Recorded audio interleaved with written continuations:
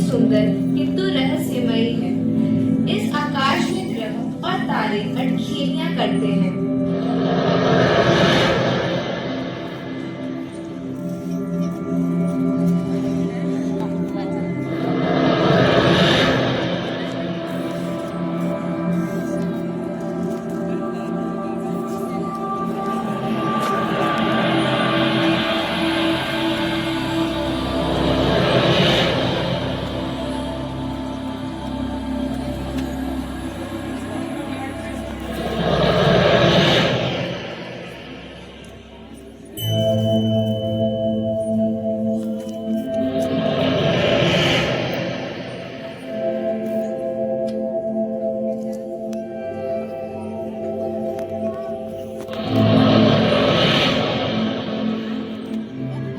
सूर्य और उसके ग्रह कम से कम 200 अरब सितारों की एक विशाल परिसर से संबंधित है, जो हमारी मंदाकिनी आकाश गंगा को बनाते हैं।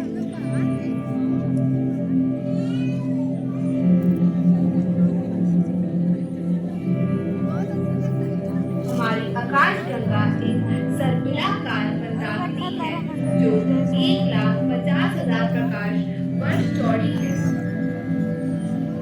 हमारे इस मंदाकिनी में लाल रंग के धूल का गुब्बारा तारों की जमस्थली है। इस मंदाकिनी में विभिन्न विभिन्न रंगों के तारे दिखाई देते हैं। ये रंग इनके तापमान को प्रदर्शित करते हैं। लाल रंग का तारा कम तापमान को प्रदर्शित करता है। नारंगी और पीला उससे ज्यादा तापमान तथा नीला और सफेद सबसे गर्म तारा होता है।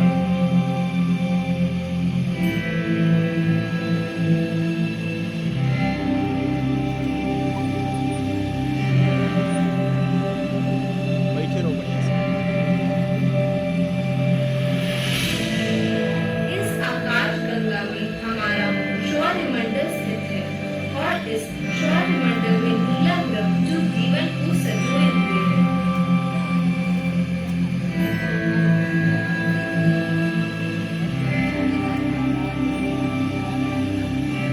पृथ्वी, जिस पर जल के सागर और ऑक्सीजन युक्त वातावरण है।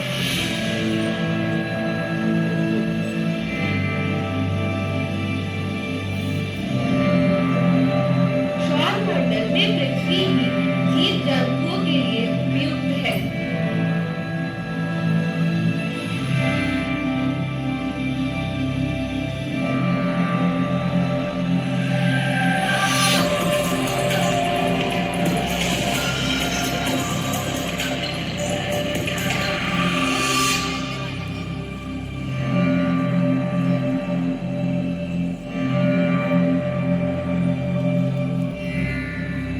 चलते हैं अब हम सब समय यात्रा पर आज से 13.7 अरब वर्ष पहले, जहां ब्रह्मांड में सिर्फ एक अपरिभाषित घनत्व वाला बिंदु था।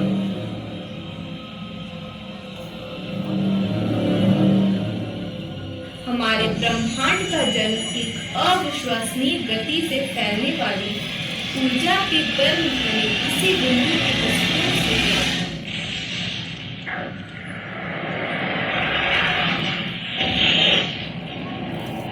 एक सेकंड के छोटे अंश के बाद ऊर्जा ब्रह्मांड के पहले कण के रूप में बदल गई। क्वार्क नामक छोटे कणों ने प्रोटॉन और न्यूट्रॉन का निर्माण किया। यह पहले परमाणु बनने के लिए इलेक्ट्रॉनों के साथ संयुक्त होते हैं। परमाणु बदले में तारे और आकाश गंगाएं बनाते हैं।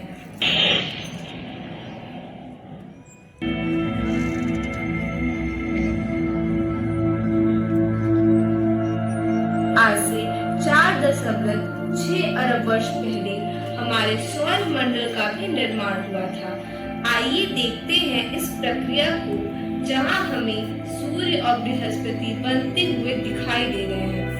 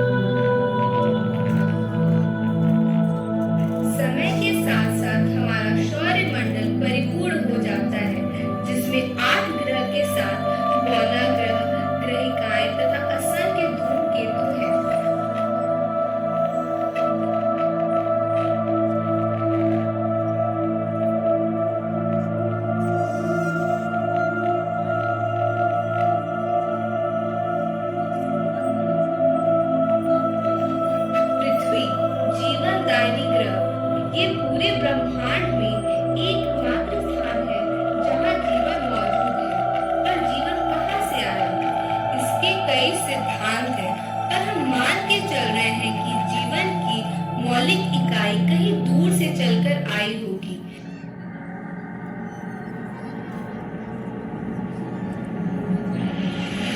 तथा हमारी पृथ्वी पर बहुत सारी प्रक्रियाओं से गुजरी होगी।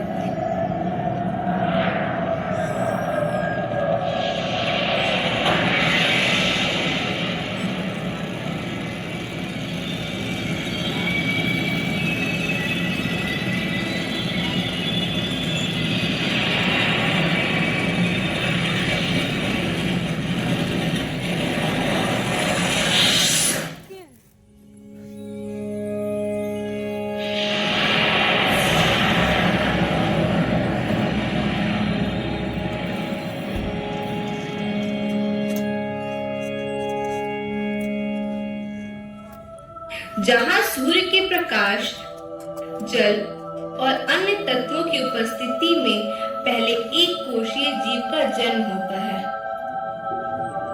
फिर कोशिका विभाजन से बहुकोशीय जीव का जन्म होता है,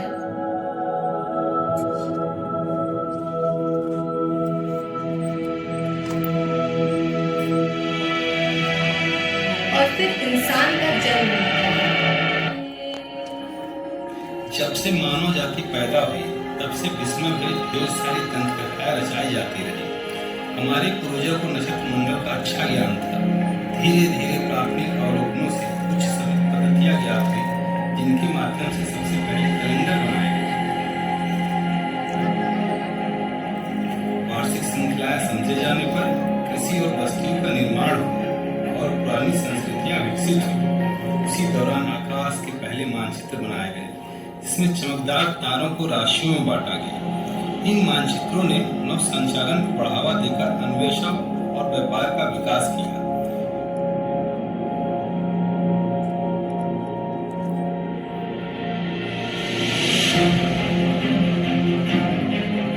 लेकिन पहले खगोलविदों को आकाश में दिख रहे खंड को बनाए रखने वाली संरचनाओं के बारे में कुछ भी पता नहीं था। उन पहले खगोलविदों का दृष्टिकोण दंत कथाओं से जुड़ा हुआ।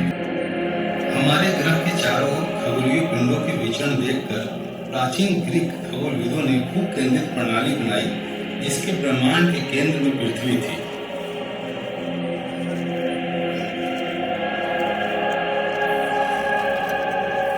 अरिस्टार्कोस पहले यूनानी खगोलविद बने जिन्होंने सूर्य केंद्रित प्रणाली प्रस्तावित किया, पर उनकी राय कई शताब्दियों तक नजरअंदाज की गई।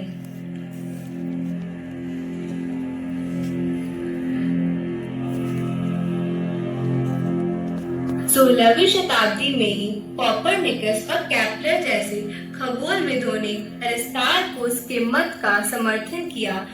डेनमार्क के टाइको ब्रेहे के अवलोकनों को गणित के साथ बुनने पर सौर केंद्रित प्रणाली प्रबल हो उठी। इस प्रणाली के अनुसार पृथ्वी सहित सभी ग्रह सूरज की परिक्रमा करते हैं।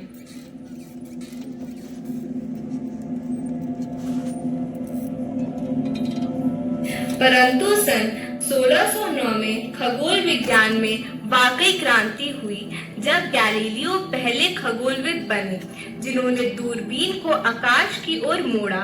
ऐसा करने से उन्होंने ज्ञात ब्रह्मांड की सीमाओं को बढ़ाया और हमेशा के लिए पुराने भू केंद्रित सिद्धांतों को मिटा दिया। आजकल वायुमंडल के बाहर के तरंगों में वातावरण तैयार करने की क्षमता नहीं है। ये अंतरिक्ष टेलीस्कोप उन तरंगों का निरीक्षण कर ब्रह्मांड को साफ साफ चित्रित कर सकता है।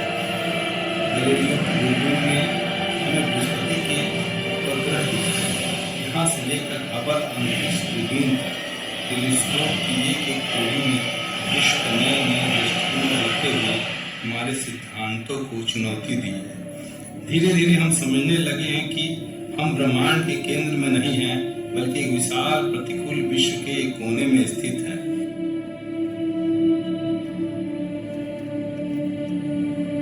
फिलहाल हम जानते हैं कि सूरज एक औसत कोना तारा है, जिस जिसका आकार 15 लाख किलोमीटर से थोड़ा सा कम है और पृथ्वी से 15 करोड़ किलोमीटर दूर स्थित है। सूरज एक गैस का गोला है। इसके केंद्र में तापमान और दबाव इतने अधिक है कि हाइड्रोजन का नाभिकीय संलयन अथवा न्यूक्लियर फ्यूजन शुरू हो जाता है। इस प्रक्रिया से हल्के पदार्थ घने पदार्थ में परिवर्तित हो जाते हैं और ऊर्जा उत्पन्न होकर अंतरिक्ष में फैलती है। यह ऊर्जा पृथ्वी को गर्मी प्रदान कर पोषण करती है तथा समुद्र एवं भूखंडों पर सभी जीव जंतु आश्रय ले पाते हैं। कभी कभी सूरज की सतह पर चुंबकीय क्षेत्र केंद्रित होकर धब्बा अर्थात सनस्पॉट बनाते हैं।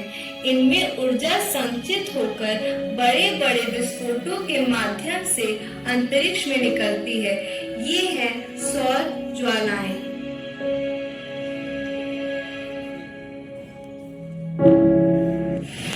सौर ज्वालाओं के साथ ऊर्जा युक्त कण भी निकल सकते हैं। यह कण कभी कभी पृथ्वी तक पहुंचते हैं और दूरसंचार को अस्त व्यस्त कर उत्तरीय प्रकाश उत्पन्न करते हैं।